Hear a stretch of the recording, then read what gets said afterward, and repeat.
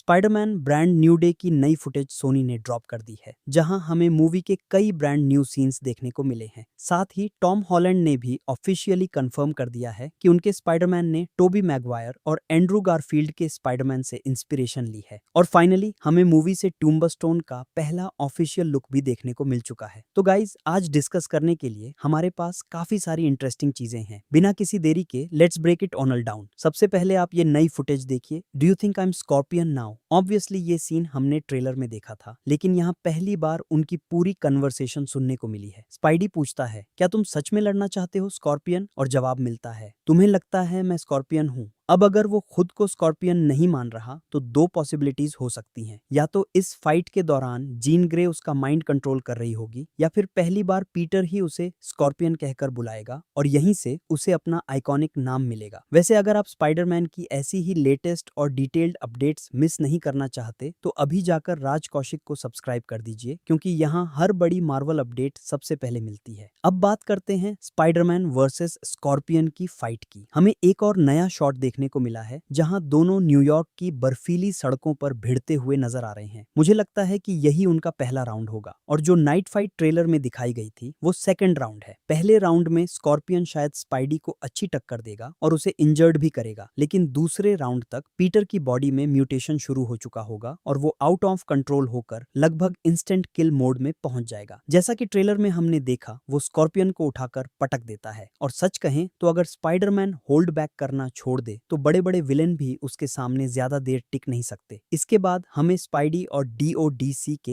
Head William मैजिकर का भी छोटा सा शॉट देखने को मिलता है। शायद दोनों मिलकर जीन ग्रे को रोकने की प्लानिंग कर रहे हैं, क्योंकि पिछले ट्रेलर में भी विलियम ने कहा था कि स्पाइडरमैन उसकी साइकिक पावर से इम्यून है। अब नेक्स्ट फुटेज की बात करते हैं। हम पहले से जानते हैं कि इस मूवी में नेड स्पाइडी ट्रैकर नाम की वेबसाइट बनाता है, जिससे वो स्पाइडरमैन को ट्रैक करने की कोशिश करता है। यहाँ भी वही देखने को मिला। उसके पीछे पूरा इन्वेस्टिगेशन बोर्ड लगा हुआ है और एमजे भी उसके साथ मौजूद है। नेड कहता है कि स्पाइडी ट्रैकर के हिसाब से स्पाइडरमैन यहीं आसपास है, और तभी स्पाइडी सच में सामने आ जाता है। स्पाइडरमैन नेड के टेक की तारीफ करता है कि उसने उसे ट्रैक कर लिया। नेड घबरा जाता है और कहता है कि वो उन अजीब लोगों में से नहीं है। वहीं एमजे मजाक में बोलती है कि थोड़ा अजीब तो है। इससे एक बात साफ हो जाती है कि एमजे और स्पाइडरमैन अब तक अच्छी बॉन्डिंग बना चुके हैं और शायद दोनों मिलकर नेड से मदद लेने आए हैं, क्योंकि स्पाइडी ट्रैकर सिर्फ स्पाइडी ही नहीं बल्कि शहर के बाकी विलेंस को भी ट्रैक कर सकता है। अगर आपको ऐसी डिटेल्ड थ्योरीज पसंद आती हैं तो एक बार फिर याद दिला दूं, राज कौशिक को सब्सक्राइब जरूर कर लीजिए। आगे भी स्पाइडरमैन ब्रांड न्यू डे की हर छोटी बड़ी अपडेट सबसे पहले यहीं मिलेगी। अब इसी इन्वेस्टिगेशन बोर्ड पर हमें कई विलेंस देखने को मिले, स्कॉर्पियन, टारेंटुला, बूमरैंग और कई दूसरे नाम। लेकिन सबसे बड़ा सरप्राइज था टूम्बस्टोन का पहला ऑफिशियल लुक, और सच कहूं तो वो काफी शानदार लग रहा है। उसके पीछे अखबार की हेडलाइन लिखी है कि टूम्बस्टोन ने पूरी सिटी को घुटनों पर ला दिया, यानी मूवी में उसका रोल काफी बड़ा होने वाला है। साथ ही उसके बारे में सुपर ह्यूमन स्ट्रेंथ, स्टेमिना और रिफ्लेक्स जैसी पावर्स भी लिखी गई हैं, जो कॉमिक्स से बिल्कुल मैच करती हैं। लेकिन इसी बोर्ड पर हमें एक और नया कैरेक्टर दिखाई देता है, रिचर्ड फिस्क, जिसे कॉमिक्स में द्रोज के नाम से जाना जाता है। कॉमिक्स में ये किंगपिन का बेटा होता है। एमसीयू में अभी तक किंगपिन का बेटा नहीं दिखाया गया, इसलिए हो सकता है कि यहाँ कहानी थोड़ी अलग हो, लेकिन उसका मास्क और पूरा लुक देखकर साफ लगता है कि यही द्रोज है। यार, इस मूवी में इतने सारे विलेंस देखने को मिलने वाले हैं कि एक्साइटमेंट लगातार बढ़ती जा रही है। वैसे पबजी प्लेयर्स भी कम एक्साइटेड नहीं होंगे, क्योंकि स्पाइडरमैन ब्रांड न्यू डे और पबजी का कोलैबोरेशन टीजर भी रिलीज हो चुका है। इसमें पीटर अपने होमकमिंग वाले होममेड सूट में वेब स्विंग करता नजर आ रहा है। हालांकि मैं चाहता था कि नया ब्रांड न्यू डे सूट देखने को मिलता, लेकिन ये भी काफी कूल लग रहा है।